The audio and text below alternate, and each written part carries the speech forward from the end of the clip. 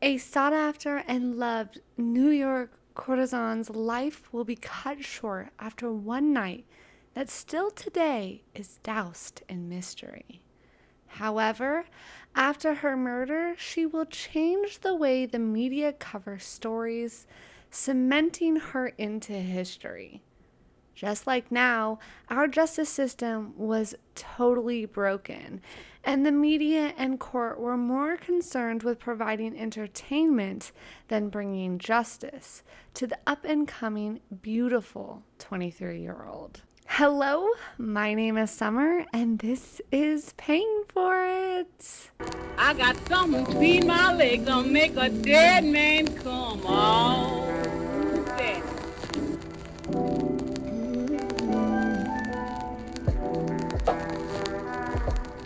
I got something between my legs that'll make a dead man come on.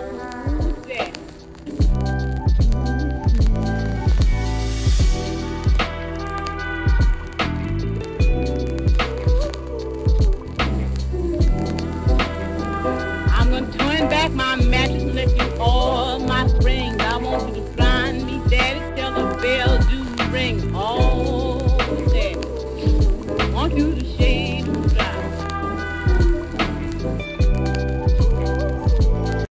Thank you for being here for episode 33. We are back for another spooky episode of Paying for It, and today I have another story of sex, murder, and scandal. We also have the story about how the death of a sex worker was used to push newspapers and writing in a whole new direction when it came to true crime.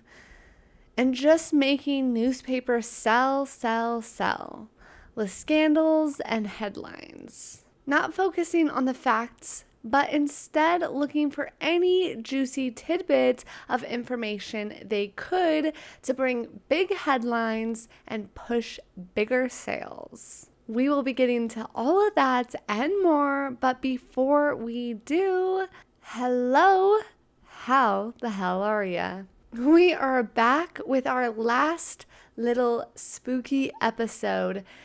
Next week is Thanksgiving, so I will be officially saying goodbye to all my spooky decorations, which means we will be back talking about the queens of history.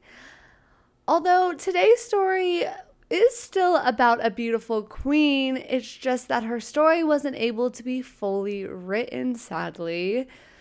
But yeah, we will be getting back to normal episodes after this one. Also, we have about 2 or 3 episodes left before I will be taking a break for the holidays, and then I will be back bigger and badder than ever for season 2. So this is just your heads up for that. I am really looking forward to season 2. I'm gonna be really focusing more on the research and not the timeliness.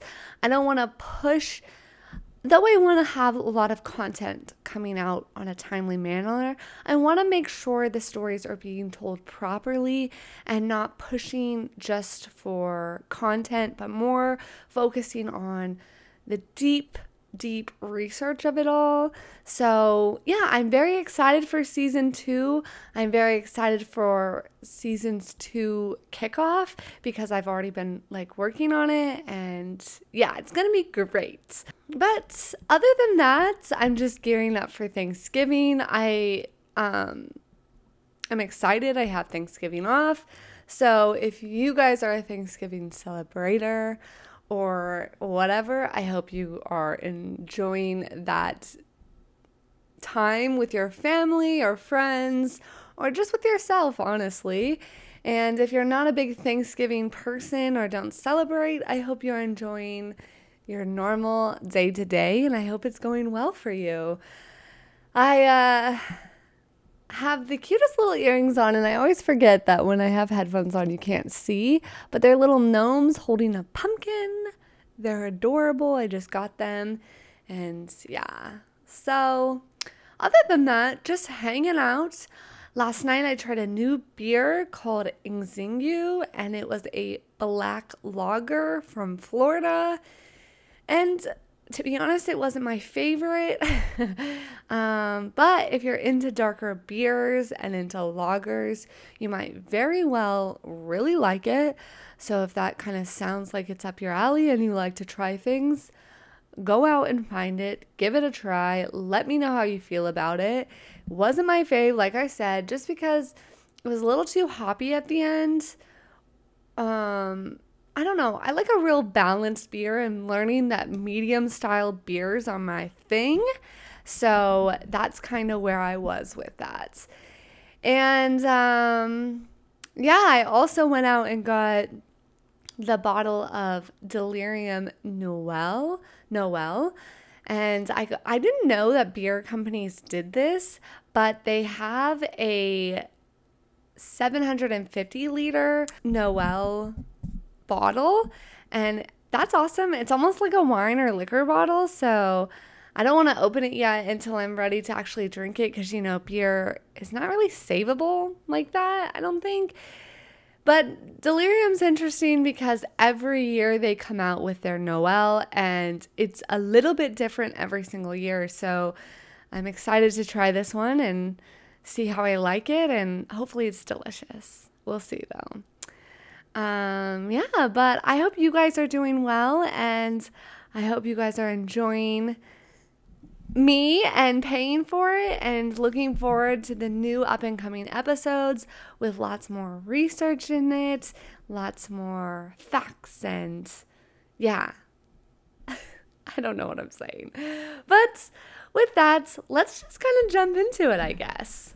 I will give a warning. This story will most likely make you a little mad. Honestly, if you're a true crime fan, you already know the feelings of frustration when it comes to true crime. And sometimes, yeah, I mean, true crime can be very frustrating, and this is no different. And this is a true crime of history. So that can be very frustrating. Her life is now one marred by the fact that her murder became a sensation, and more people cared about the story of her death than capturing and bringing justice to the one who killed her. She was young, full of life, and ready to take on the world when she arrived in New York. She had most of it eating out of the palm of her hand, and she would have had a long life of glamour ahead of her. Today, in telling her story, it is to show, yes, there is a dark side, and it's darker, but we won't judge her for her career,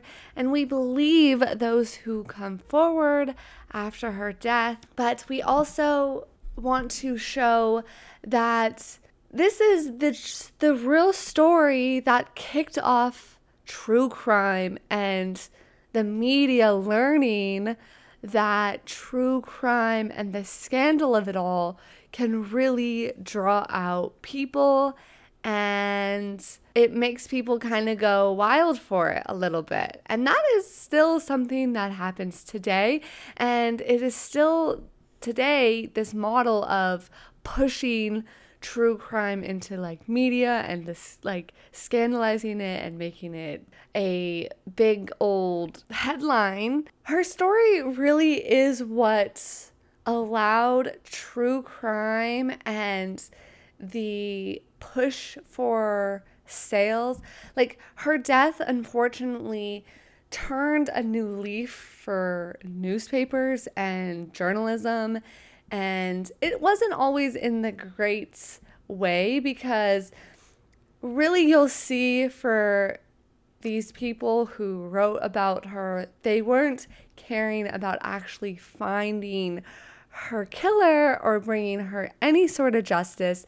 They wanted to really push sales. They really only cared about the money, and they forgot that there was a true living person behind this story, and it's wild, and something horrible happened to her. So yeah, it really is the model of what today. Are you okay, Travis? My cat just got his head stuck in a box. Let me go help him. Okay, he got out, but still I want to go love him because I can tell he's scared. He's going back for it, so he clearly did not learn his lesson. Anyways, yeah, her death changed the way media looked at true crime, especially true crime with a scandal. Anything involving sex really sells. Hello. That's welcome to paying for it. But yeah, so we can really, this was the first true crime story that blew up in the media. So with that, you know what time it is. Grab yourself a cocktail, a mocktail, a coffee, a water, whatever you fancy. Today, I have 2 drinks, which, you know, if you know me, that's pretty normal for me. I love a sipper. So we are gonna have a little bit of my favorite, the Dr. Pepper of beers. Hello, Shiner. That's got cobweb all over. So we'll pop that open. Delicious. Smells lovely. And I also brought over my little LaCroix, a little limoncello, the only LaCroix I really like. And so, yeah, with that, cheers, cheers, cheers, cheers. And let me introduce you to Helen Jewett. Cheers. Born Dorcas Dorian on October 18th, 1813. I don't mean to laugh at her name, but like, hello family, what were you thinking? Dorcas? I'm sure back then people are fucking mean, and I don't know how often ladies and girls were going to school, but damn, if this was someone who was in school today, think of how mean kids would be if someone named their daughter Dorcas. Don't do that. Don't do that. Anyways, she's born October 18th, 1813 in Temple, Maine, into what people say was a working class family. Now, like most working class families of this time, it wasn't an easy life, you know? Some say that even today, working class families still very much struggle. I mean, that's the truth. Working class is not like it's a struggle. But then a tragedy is going to strike at a young age for Dorcas as her mother passes away from unknown causes. This will cause her father to fall even more into the life of alcoholism. It is kind of rumored that both of her parents were already heavy drinkers, so she may have already been being raised by parents that didn't care for her as much as they should have. But when her mother does pass away, her father will just kind of fully abandon himself into alcoholism. Her father eventually either abandons his daughter altogether, or he may have died, leaving Dorcas alone in the world at around 12-ish. Sadly, it's kind of, hard to tell because history back in the 1800s, especially the early 1800s, it's hard to track all that. Now, mind you, like I said, this is the 1800s, so when her family passed or maybe abandoned their kids, it wasn't like she had any resources to help her. So she was like truly just going to be on her own. And again, this is the 1800s, so at 12, it's like you get married or you get a job, but as a woman, you don't have very much open to you to get a job. So this is a pretty honestly traumatizing and scary time for her. And it's wild because the world, of course, looked a lot different back then, a lot scarier, darker, and just plain out dirty in all senses of that word, you know? Eventually, though, Judge Nathan Weston of the Maine Supreme Judicial Court will adopt her, or maybe just employ her at the young age of 12 or 13. So this is a young girl who suddenly found herself alone in this world. And now, again, a lot of her early years are slightly a mystery to history. So it's hard to tell exactly what this arrangement looked like. Most likely it was a working living arrangement. At least that's kind of best case scenario. I mean, well, to be honest, best case scenario would have been him adopting her in the goodness of his heart. But let me tell you, that's probably not what happened. But yeah, so basically what I think it is that the judge did was bring her in to keep his house clean and keep things tidy, while he gave her a place to sleep and probably provided her food, not with actual payments. I don't believe, in my opinion, that Weston did this out of the goodness of his heart, more because he saw he could benefit. And also back then that probably would have made people think, oh, he's such a good person, you know? I'm judging this man, and I'm sorry, like, low-key, don't be mad at me, or be mad at me. I actually don't care. The more I learn about history and men of power, it just doesn't look good.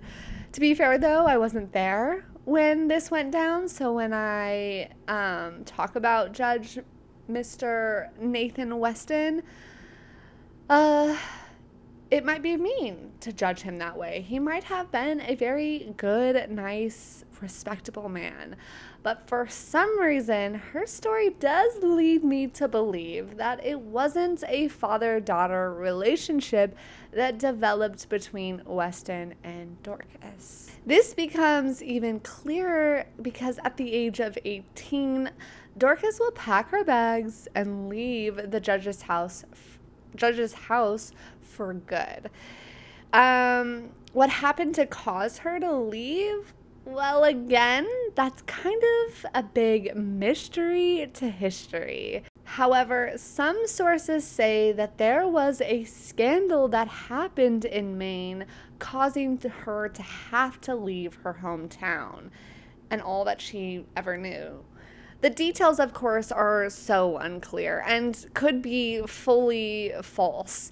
But of course, the main scandal that would have a young lady running from everything she's ever known could honestly be only one thing, and that, of course, is a sex scandal. I mean, what else is new? It should be known that Dorcas was a very beautiful young lady, and one that was orphaned at a very young age. So it is a scandal involving was it a scandal involving a certain judge? Was the judge innocent and another man is to blame? Or was there even a scandal in the first place? Honestly, who knows? Maybe she just wanted to get away from the judge. Maybe at 18, he no longer felt he owed her anything. Or maybe she met a man who promised her the world just to get into her panties. Or maybe the judge was a shitty person and she had to leave because she no longer could avoid his advancements. We don't know. All we do know is she will eventually find herself fleeing to Portland, Maine. And it's kind of weird because I grew up in Oregon, and the big city in Oregon, or one of the big city in Oregon is Portland. So it's like this whole time I was like having to remind myself, she's not in Portland, Oregon, she's in Portland, Maine, and I've never been there, but I bet you it's beautiful. Anyways, a young lady who finds herself without any means to support herself in this time, again, the 1800s. No choices available to women, so when she flees, she of course finds herself turning to the world of sex work to make her way. So yeah, Dorcas finds herself in Portland, Maine, learning the ropes and the basics of life of a working girl. Now, just like her any new job you start at the bottom, and that was so true for Dorcas. So what it looked like for her in Portland to start at the bottom, possibly she could be working at a lower end brothel. She could be working the streets. Again, she's young, she's beautiful. So what her life looked like in Portland is unclear. And however, whatever it was, it did not turn her away from the life. And in Portland, she will start working under her alias, the name she will become known for, and that is Helen Jewett. So cheers to Helen Jewett not being afraid to do what she had to survive and playing the cards that life gave her. Eventually, Helen will make the move to Boston, and she will hone her skills as a lady of the night, where she will learn the ins and outs of the lifestyle and how to elevate her status. Once you enter the world of sin, you either have to take it for all it's worth or let it take you for all you're worth. And isn't that true about life? You either take life for all it's worth or life takes you for all you're worth. Helen was ready to take the world for all it was worth. Making the choice to move was part of putting herself in a higher class. The goal of any public woman would be to work her way up.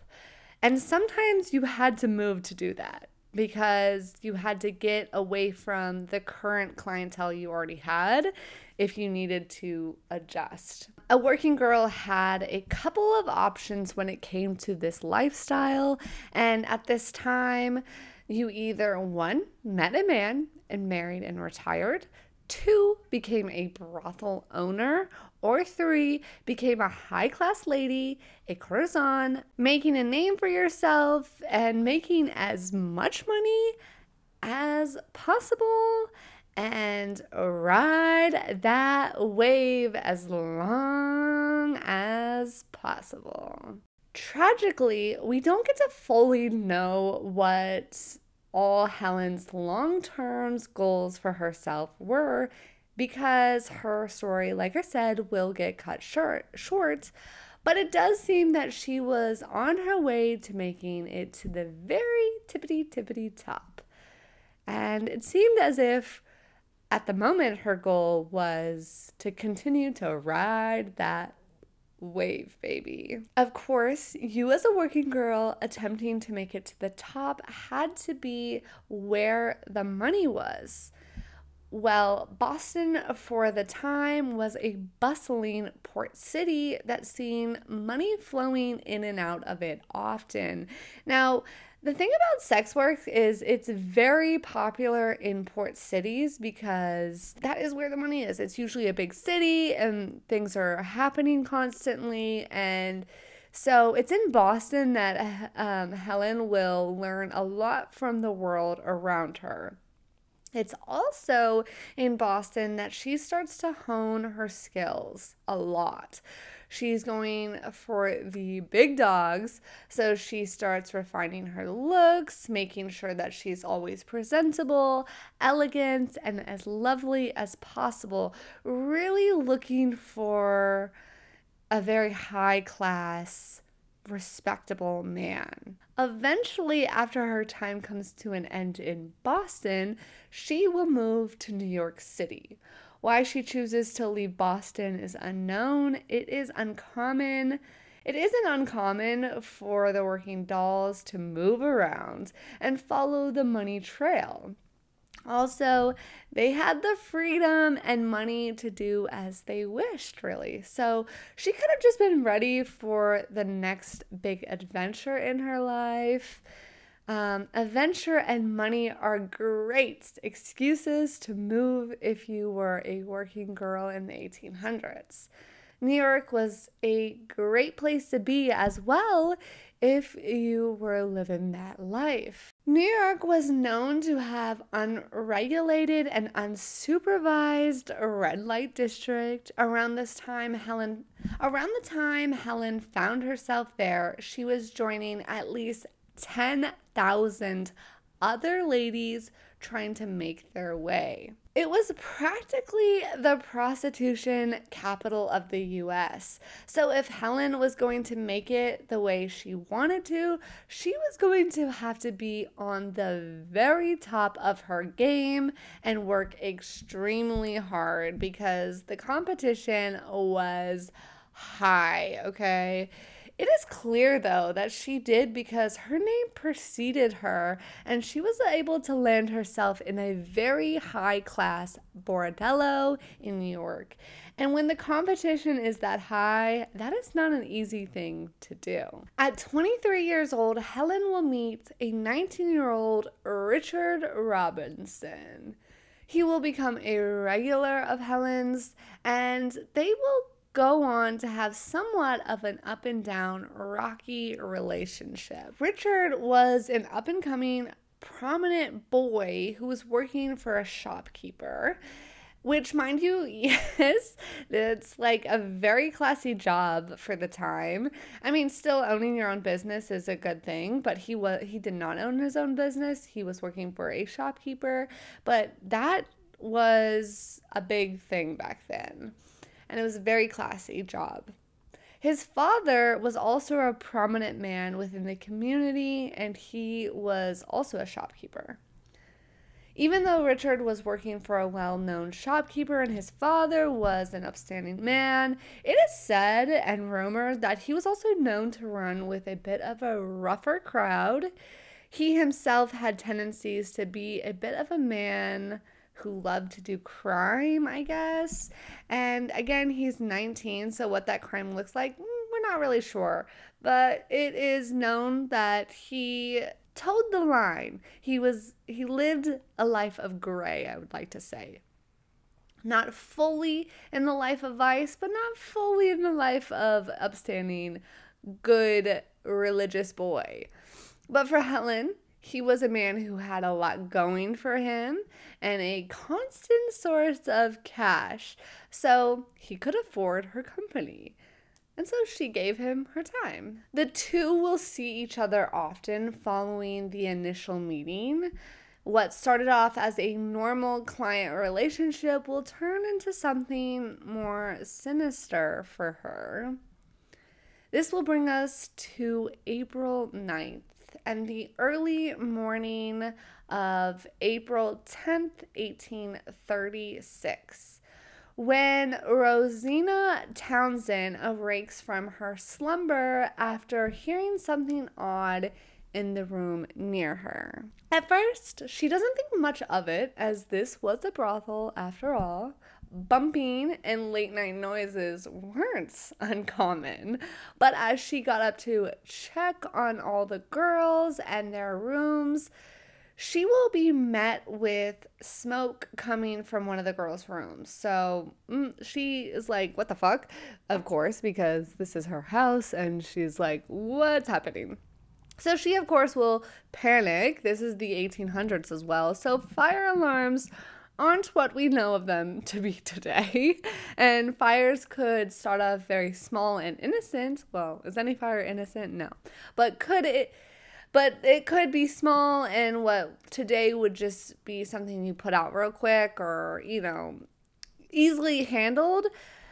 But back then it could be extremely, extremely devastating, not just for the house or a building, but it could also eventually accidentally take out an entire town and be extremely devastating for the entire people, everyone. You know, it could destroy a lot of things. So Rosina will start to scream fire. That's the fire alarm. She starts to scream fire, fire, fire over and over again to not only get the girls up out of their slumber or whatever's happening so that they can start to evacuate and get to safety, but also she is trying to alert a few of the watchmen out on the street. And eventually that will happen, and they will come in from the nearby station and start to help. The watchman and Townsend will break into the room that the smoke is coming from, and seems that the fire is originating from. They, however, will be stunned upon breaking into the room about the scene they are about to walk into.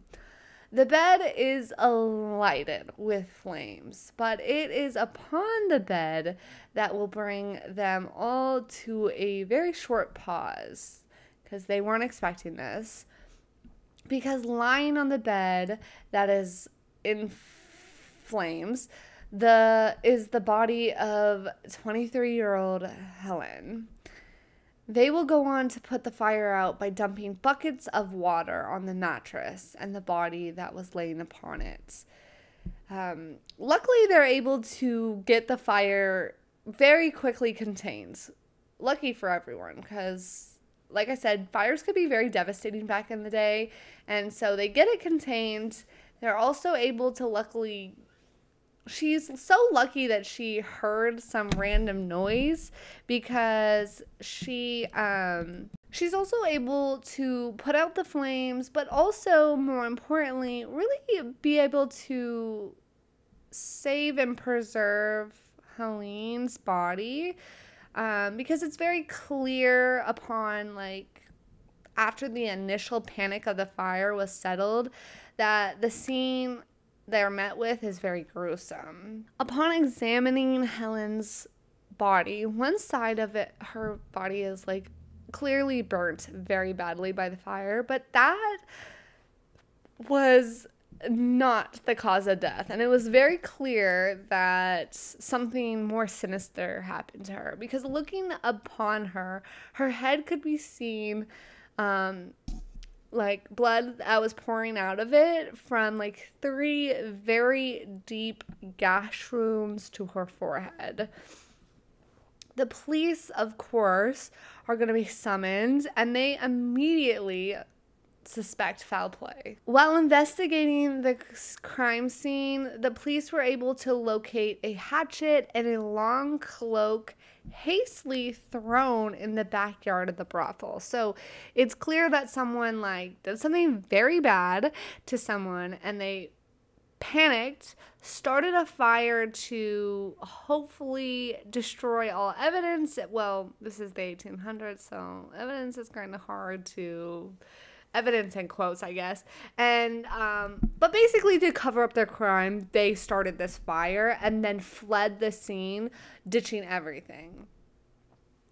And it's a little weird to ditch it in the backyard of the brothel. I don't know if they just thought that they wouldn't be able to find it or what, but yeah, they ditch it in the backyard. So clearly something bad had to have happened to Helene that night, and the cops turned to the ladies of the house to gather more information. All of the ladies within the house will immediately start pointing in the direction of her last gentleman caller. And that could be nobody other than the 19-year-old Richard Robertson, who Rosaline will say she had canceled. So Helene had canceled other plans with another client to meet up with Richard on his demanding, very forceful demand that she meet with him that night. So everyone's Richard Robinson was the last one who was seen with her. He was the last one, and they had a volatile relationship, and things were kind of Not going great with them. So once the police get his name and information, they will go on and summon him to the crime scene. Which at first I was like, what the fuck? But at this time, that is pretty common for the police to bring a suspect right to the crime scene so they could gauge their reaction to them seeing the body and stuff. And so that's exactly what the police did that night, hustling to rouse Richardson out of bed and bring him back to the room of Helene where she lay. Upon forcing him to view the body of Helen, the cops noted that Robertson seemed very quote-unquote composed and in passivity while viewing Helene. Like, it was no big deal to him. While the police continued to press him on his possible involvement in the murder, his arrogant reply is pretty telling. Do you think I would blast my brilliant prospect by so ridiculous of an act? I am a young man of only 19 years of age yesterday with the most brilliant prospect. So, just kind of being like, me? How could I ever murder a sex worker or even be involved with a sex worker? Because I am brilliant and I'm so young and I have so much going for me, and she didn't, I guess. Normally, a murder of a working girl would go very unnoticed and pretty much fade into the background, sadly. However, at the time of Helen's murder, penny news was becoming very popular within the U.S. So when writers from the newspaper found out that a well-connected young business clerk was suspected of the scandalous murder of Helen, who was one of the city's most popular courtesans, the local penny papers took this story and ran with it. This will take the sad murder of a real woman and morph it into one of the first highly sensationalized national news stories in America. Everyone was talking about it. Everyone was writing about it. You couldn't find a paper back in this time without some headline involving this story. It had all the elements that caused people to be invested and want to know all the juicy details, because it was sex, it was murder, and it was a lot of scandal. The penny rags will run with the story, and this will cause a shift in how true crime is reported on, even now still today. Instead of advocating and giving only true facts, they will run wild claims. Some will drag Helene's name through the mud, and others will be paid to tell tales that aren't true. All will forget about the fact that a young girl's life was tragically taken, and instead become very selfish with their motives. So not a lot of facts were known by the newspaper writers, but they knew they had to jump on this story that people were willing to spend money on. And this was a time that it was hard to get people to spend money when a lot of people didn't have money. So an all-out war begins with multiple paper industries. Most of the stories about Helen's murder would be sensationalized to the fullest, and none of it is based in facts at all. The papers did not care whether what they were reporting on was true or whatever. They really just wanted to make sure the headline sold copies and that their headline was the best, so that the general public would go towards theirs and not a competitor's. It started out first with just sensationalize the people involved. For example, New York Herald described Helen as being famous for parading Wall Street in her elegant green dresses, often telling stories of her walking the streets as she flirted with the brokers on her walks on Broadway, with great boldness of her demeanor, not being ashamed of herself. They also reported on the suspect and how he had respectable connections among merchants through his family due to the fact that his father was a shop owner. But to be able to flash his name, a well-to-do, prominent status man, being a potential murderer of a call girl, well, that was scandal, baby, and the papers started to fly off the shelves. People wanted to know everything, but they didn't care. A lot of these people must have known that most of this shit was made up, maybe not, but they didn't care because they just wanted to know the juicy details. They wanted to know about him. They wanted to know about her. They wanted to make their judgments. They wanted to fight about it. They wanted to conversate about it. This was entertainment for them. This murder grew a life of its own, and because not a lot of information was available of Helen, that depending on the newspaper you were reading, some painted her as a troubled working girl and others an innocent victim. It couldn't be both, though, for the newspapers. If they painted her as just this evil, vile, fallen woman, she was in fact responsible for her death and was now, even after her death, dragging this poor man into her dirty deeds, I guess. And if she was an innocent victim, even then they were still painting her as someone who was troubled but got mixed up with someone she shouldn't have. Eventually, the articles went so far as starting to forge evidence of not only her background, but now the case itself. At one point, the Herald published what they claimed was a letter from the quote-unquote real killer. However, the editor of that paper, James Gordon Bennett, was later accused of paying someone $50 to write that letter. Helen's murder and story soon just turns into a media storm and just a battle of who could get the most readers. And sadly, that worked. The people didn't want the truth or even really justice.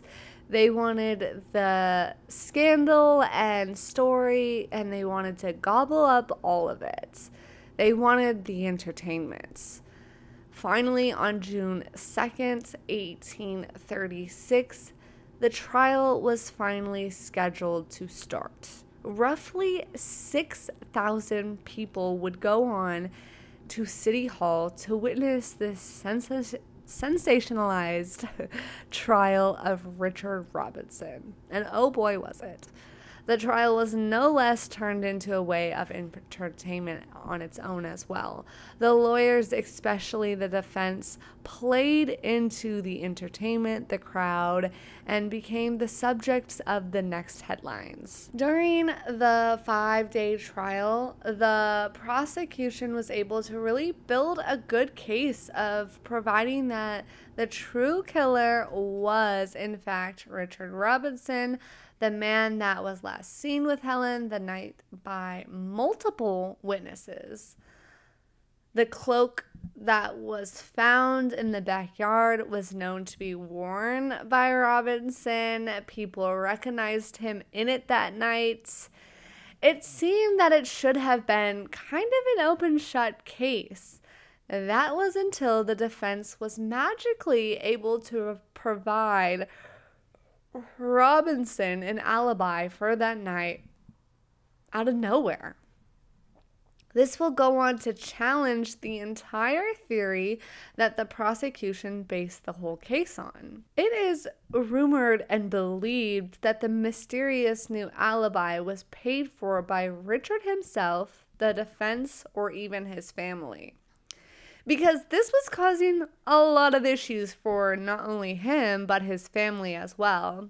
With that, it was time for the closing arguments. And if this trial hadn't already been a show, well, the closing arguments would be made into an even bigger spectacular and just a wild ride, really, as they went on for 10 hours and was made with such dramatic flair on both parties. As much as they could give, they gave it their all. Of course, the media would love this, and everyone was eating it up. Newburyport Daily Herald reads, "The incomparably noble and lofty strain of elegance with which the prosecution's argument was delivered, or of that extremely empathetically energetic manner in which he at times worked on the feelings of his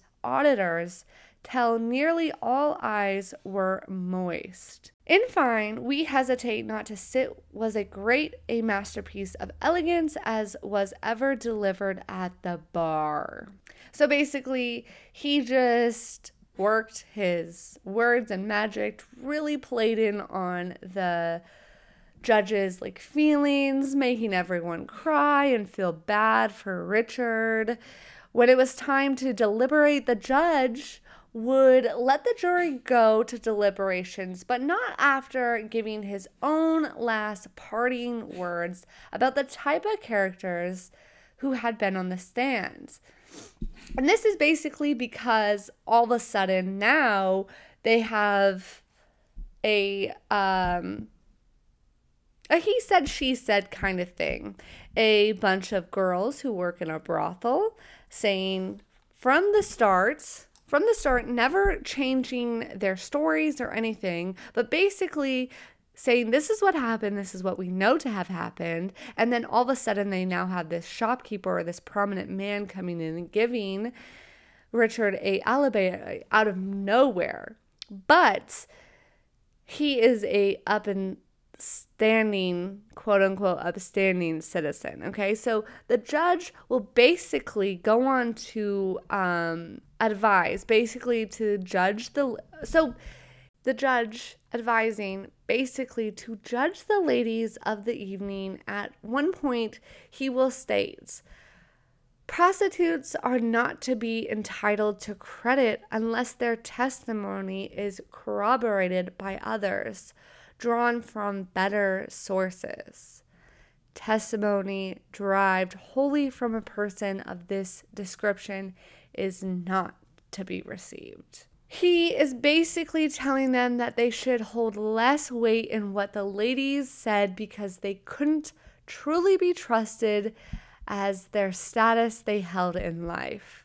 So he's saying the jury should not take the word of the ladies that were working the brothel, who knew her, who knew what was happening, who knew her secrets, who knew the relationship between the two, who witnessed her last few hours of Helene, the person who was tragically taken from them, because again, this was like a sisterhood, and she was taken violently from this world, but their words meant nothing because the status they held in life. It's horrific. We couldn't dare trust the word of a hoe, now could we? It's almost like the judge got paid to say something because he made sure to throw all the shade towards the woman and pointing out that the word of a shopkeeper should be, of course, held to a higher degree and trusted over those who live life of sin, even though at this time, it was already rumored and believed that he was paid to say what he was saying. And it only took 15 minutes for the jury to come back with their verdicts. Sadly, to the shock of a lot, the defendant, Richard Robertson, was found not guilty on the charges of murder, and he was acquitted. A free man. Sadly, her death has gone unsolved, and after 200 years, it most likely is never going to be solved. Even though writers and the world made a spectacle of her death, judging her, displaying any little scandalizing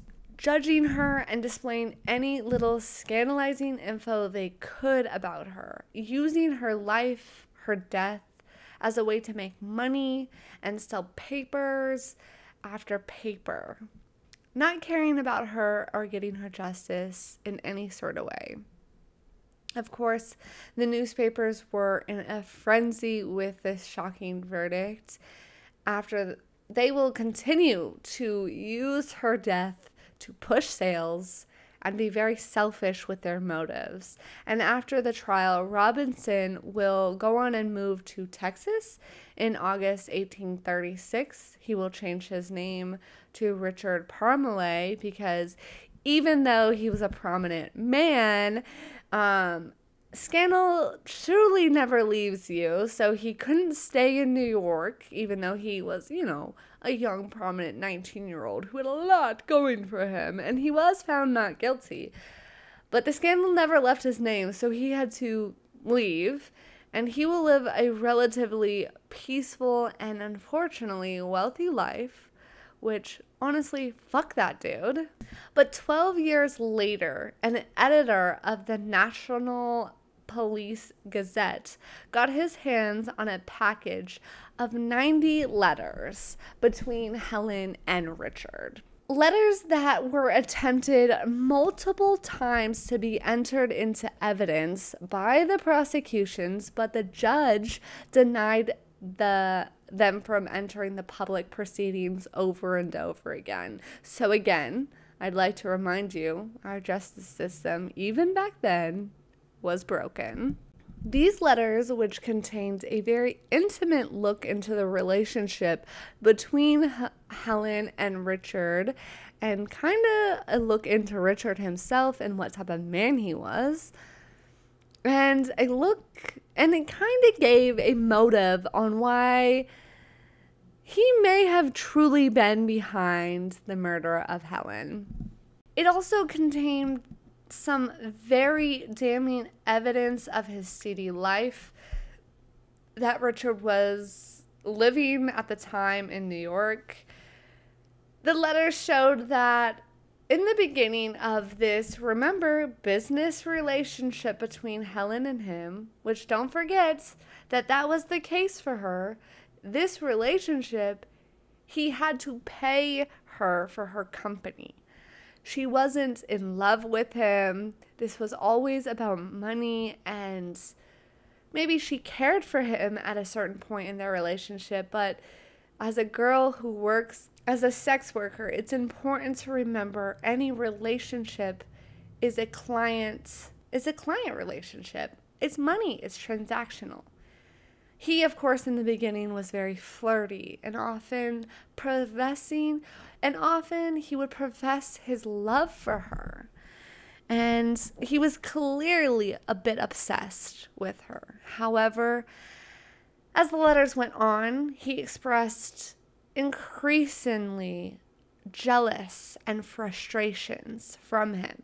Richard was getting angry with her for not being what he wanted her to be. Someone who only loved him.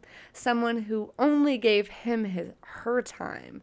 He forgot that he met and paid her for her time. He forgot what their relationship was about.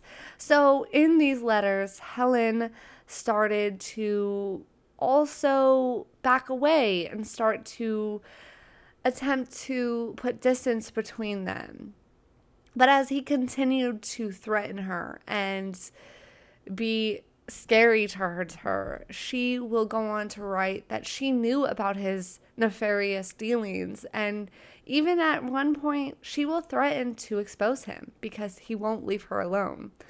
The final letter is the most damning piece of evidence against Richard Robinson that, remember, the judge, the prosecution, the defense, everyone knew about. In his final letter to Helen, it will read, "You are never so foolish as when you threaten me. Keep quiet until I come on Saturday night, and then we will see if we cannot be better friends hereafter. Do not tell any person I shall come." So, I mean, how blatant is it that he's telling, the night of her death, he tells her, "Don't tell anyone I'm coming to see you. Cancel your plans. I'm coming to see you. And you are never so foolish to threaten me. You'll find out what happens when you threaten me." So maybe his plan never was to go to hurt her, but when she did not give in to his will, it clearly is what ended up happening.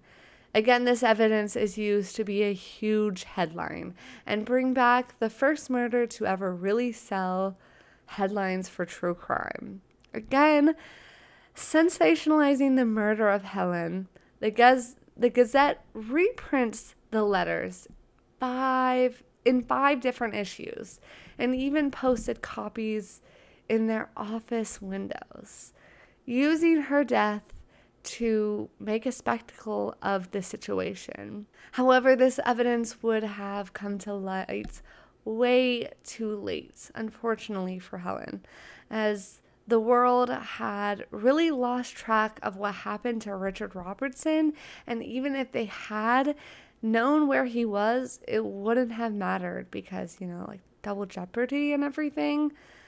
So the not-so-unsolved murder of Helen, the woman whose worst moment was plastered all over headlines, not to find her killer, but instead to be selfish and sell newspapers for money and sensation. Helen deserved to be able to live her life of freedom and glamour. She also deserved justice and to be protected before and after death. Instead, she was failed so many times by everyone, mostly Richard, who so clearly was the one to bring her harm. She was failed by every newspaper which wrote article after article dissecting her life and judging her in life and in death. And the judge and the jury of those who were supposed to bring her justice, especially that fucking judge.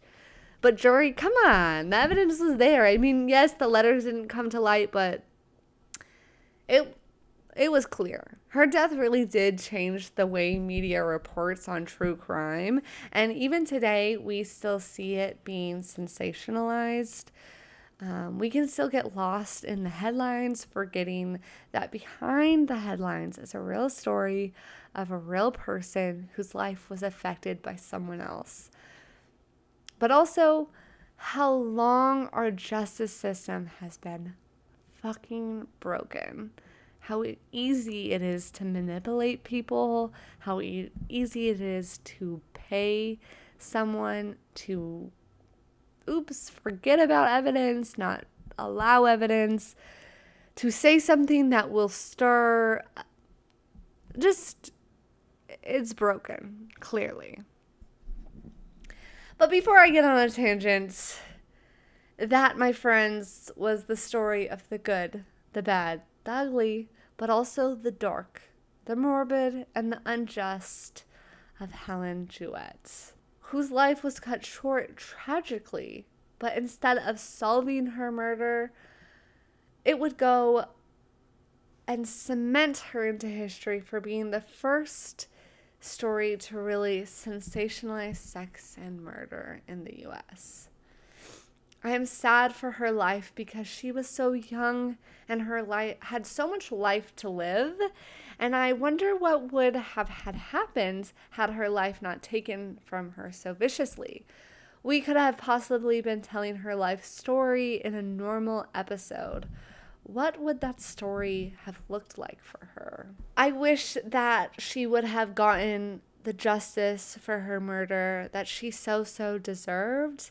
I also wish we could figure out a solution for the bias and judgment of sex workers that leads to those being in dangerous situations and not believed. I mean, still today, that is a huge issue. And it feels like the answer is so very clearly in front of us. The solution being pretty easy: decriminalize and destigmatize. With that, thank you for being here and learning the life of Helen Jewett. I hope you are enjoying this month of the darker. I hope you enjoyed these last couple weeks of the spookier side of Paying for It. If you haven't already, please consider following, leaving a review, and if you are interested in the video versions, they're now available on YouTube, so jump on over and check those out if that's your kind of vibe. And yeah, with that, I hope you guys have a great rest of your day. I will see you next time, and thanks for being here. Goodbye.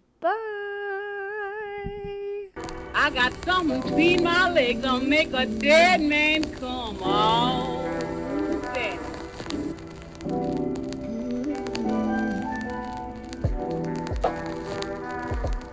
I got something between my legs that'll make a dead man come on.